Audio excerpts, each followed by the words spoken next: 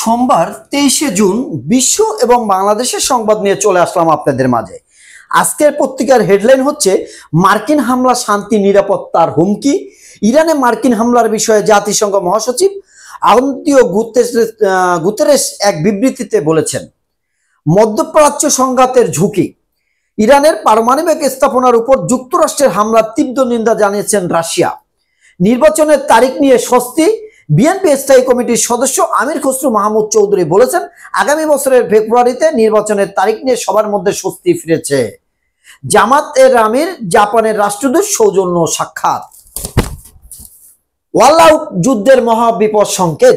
ইরানি পরমাণু কেন্দ্রে মার্কিন হামলা, ঘাঁটিতে নিরাপত্তা জোরদার। ইসরায়েলের ফের ক্ষেপণাস্ত্র ইরানের। হরমুজ প্রণালী বন্ধের অনুমোদন। ট্রাম্প কাণ্ডে বিস্ময়। সার্বভৌমত্ব রক্ষায় প্রস্তুতি থাকতে হবে সেনাবাহিনীর প্রধান।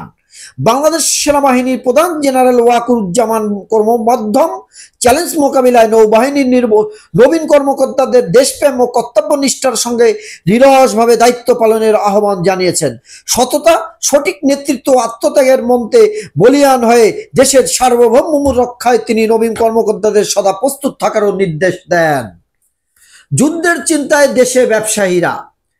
মধ্যপ্রাচ্য ইরান ইসরায়েলের চলমান উত্তেজনায় বিশ্বজুড়ে উদ্বেগ সৃষ্টি করেছে।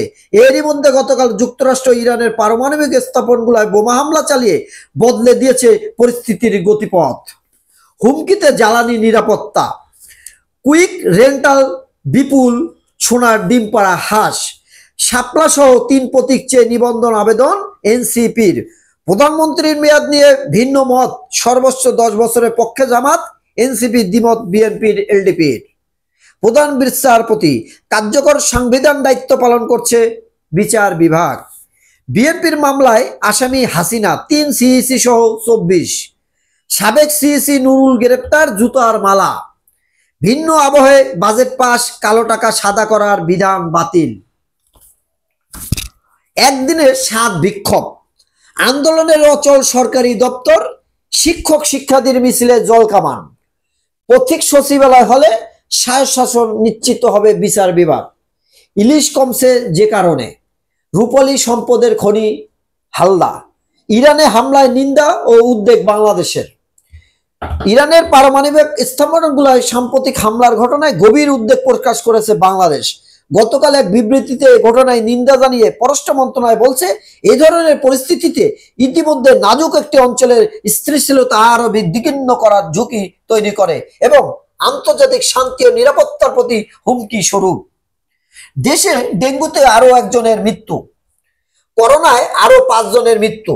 দেশে কোভিড-19 সংক্রমণের আরো 5 জনের মৃত্যু হয়েছে। শনিবার সকাল 8টা থেকে গতকাল সকাল 8টা পর্যন্ত করোনা ভাইরাস আক্রান্ত হয়েছে 36 জন। এ নিয়ে এবছর করোনায় আক্রান্ত হয়েছে 433 জন। 3 নায়িকা সহ 25 জন ব্যাংক হিসাব ফ্রিজ। প্রবাসীকে গুলি করে হত্যার হুমকি বিএনপি নেতার। শামীম ওসমানের 2টি প্লট ক্রোক, 19 ব্যাংক হিসাব অবরুদ্ধ। গঙ্গা চুক্তি পুনর্বিবেচনায় সিদ্ধান্ত ভারতের। বিশেষ সুবিধা বাড়ল সরকারি চাকরিজীবীদের। আধিপত্যের দ্বন্দ্বে কয়েক ঘন্টার মধ্যে জোড়া খুন। প্রিয় দেশবাসী, এই ছিল আজকের শিরোনাম। বিস্তারিত ভিতরের পাতায়। আপনারা এই চ্যানেলটি সাবস্ক্রাইব করে রাখতে পারেন প্রতিদিন পত্রিকার সংবাদ শোনার জন্য। আসসালামু আলাইকুম।